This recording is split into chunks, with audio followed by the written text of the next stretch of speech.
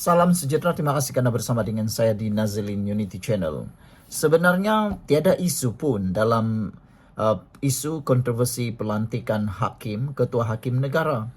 Hanya mereka-mereka yang menunggang isu ini, sengaja menggunakan isu ini untuk mahu menimbulkan persepsi buruk kepada kerajaan pimpinan Madani Anwar Ibrahim ini.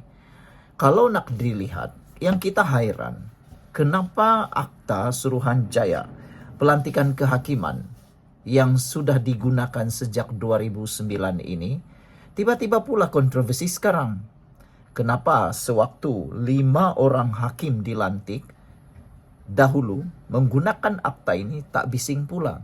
Nah, itu ceritanya. Ramai orang yang tak tahu, paci-paci, abang-abang, maci-maci. Anda perlu tahu, tak perlu ikut himpunan turun Anwar, himpunan menegakkan keadilan hakim dan bagaimana sekalipun itu. Karena himpunan itu sebenarnya hanya nak menggunakan Anda untuk cuba memperandakan negara ini. Hanya semata-mata mahu menimbulkan persepsi buruk negatif kepada negara ini.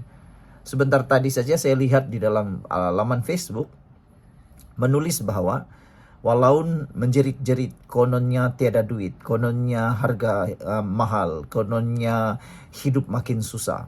Tapi bila dilihat, mereka turun berhimpun memerlukan kos seorang lebih kurang dalam 400 ringgit. Dengan bas, pengangkutan, makan, minum, berhimpun, belum lagi dicakap mungkin akan terpijakkah, dipijakkah, ditangkapkah dan sebagainya. Tapi mereka kata mereka susah hidup. Tapi 400 ringgit buang begitu saja. Kalau 400 ringgit itu pergi untuk berubat kah, bagi orang makan kah, kan bagus. Tapi mereka kata susah hidup. Nah itulah. Walaun-walaun dan para penyokong pembangkang sedang ditunggang.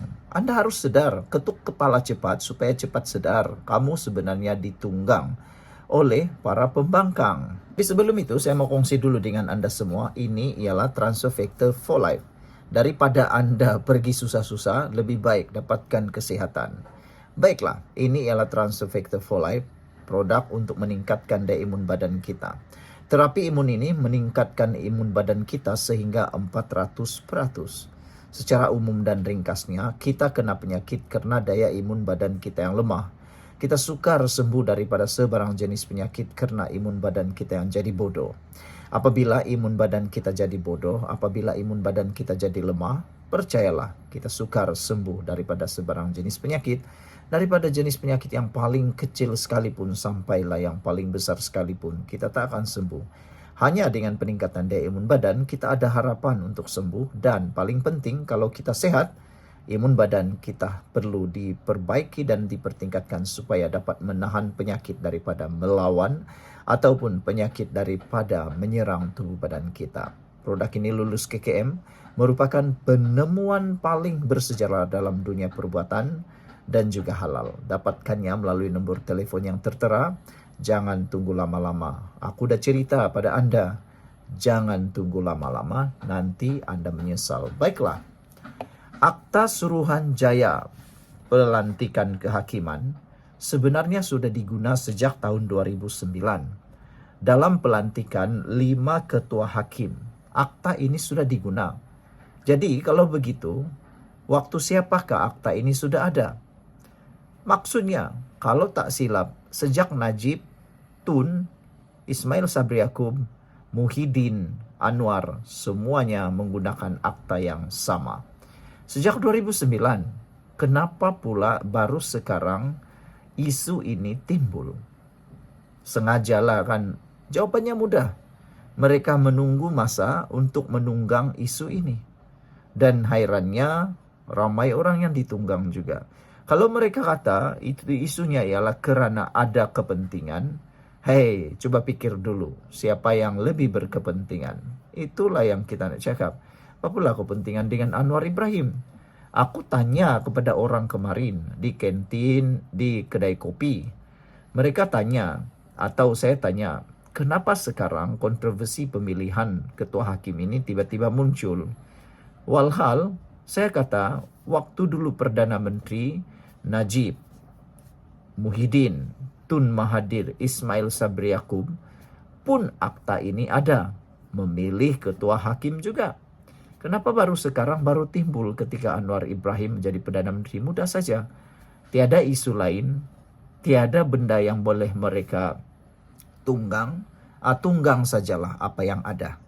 Nampak sikit kurangnya, nampak ada sedikit ruangnya, tungganglah sehabis baik. Ekonomi tak boleh ditunggang sudah, sebab terbukti kita sedang memacu, sedang menuju kepada kestabilan. Perpaduan kaum semua pun bagus. Memerangi rasuah semua pun bagus. Bahkan menakutkan para pemimpin-pemimpin tertentu kerana juga terpalit dalam rasuah. Terpalit dalam dakwaan rasuah, jana wibawa dan sebagainya. Jadi itulah sebabnya mereka tiada jalan lain nak menunggang apalagi nampak satu saja gelombangnya, ruangnya dihantamlah juga. Padahal kalau nak bercakap, kononnya ada gap, tidak ada pelantikan segera. Anda tak tahukah bahwa dulu pun pernah juga selama berapa belas hari, kalau tak silap 19 hari, pelantikan ketua hakim tertangguh juga, memerlukan masa. Tapi waktu itu tiada pula orang nak tunggang sini sana sebab orang faham. Sekarang ini yang buat-buat tak faham pun ada, orang yang faham pun ada, sengaja buat-buat jadi bodoh pun ada. Harus diketahui, keputusan pelantikan hakim negara ini bukan semata-mata dibuat oleh Anwar Ibrahim. Ianya sebenarnya akan diperkenankan oleh Majlis Raja-Raja, seterusnya diperkenankan oleh Yang di-Pertuan Agong. Anwar Ibrahim memang ada bungkai secara langsung kerana beliau ialah menasihati untuk pemilihan tersebut atau senarai tersebut.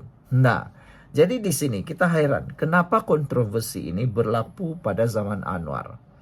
Paling mudah, kenapa berlaku pada zaman Anwar? Saya nak tanyalah kepada pembangkang walaun yang membuat himpunan Turun Anwar, coba tanya pemimpin-pemimpin sebelah sana. Adakah mereka berani kata bahwa akta ini tidak mereka guna waktu mereka berkuasa? Itulah, mereka hanya sekadar mahu mencari jalan untuk mencari bahan untuk menjatuhkan Anwar Ibrahim. Dan tidak pernah ada isu pun dalam akta pemilihan pelantikan kehakiman ini. Tidak pernah ada isu dalam akta Suruhanjaya ini. Tapi kenapa sekarang tiba-tiba ada? Paling mudah ialah ada orang yang sengaja memercikkan api, ada seorang sengaja nak menunggang isu ini. Jadi aku pun hairanlah kan, kata walaun mereka hidup susah, kata walaun mereka hidup tak tentu arah, tak cukup uang dan makanan sebagainya. Tapi tiba-tiba pula pergi ke himpunan itu dengan uang yang banyaklah. Kan nak sewa bas pun bayar sendiri, pengangkutan, makan, minum, rokok, kalau merokok, apalagi ya, hotel, bas, semua nak dibayar. Tapi ada duit pula kalau itu yang kita hairan. Jadi sila sebarkan ini supaya semua orang tahu akta ini tidak salah. Akta ini bukan salah. Yang salah ialah orang yang menunggang isu tersebut. Sekian dulu, kita jumpa lagi. Bye-bye.